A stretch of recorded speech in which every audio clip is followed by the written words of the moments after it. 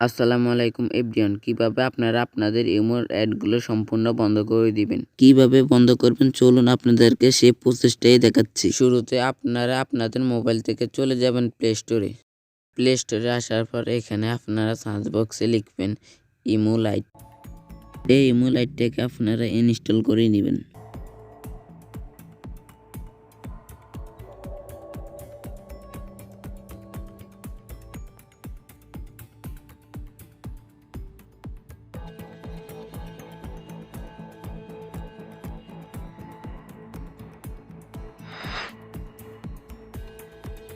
Install হয়ে গেলে আপনারা ওপেন করবেন।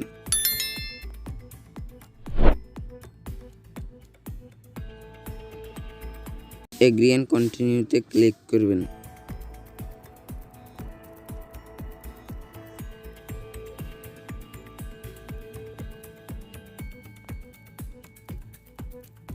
এবার আপনি যে ফোন নম্বর দিয়ে ইমো খোলা সেই ফোন নম্বর দিয়ে লগ ইন করে নেবেন।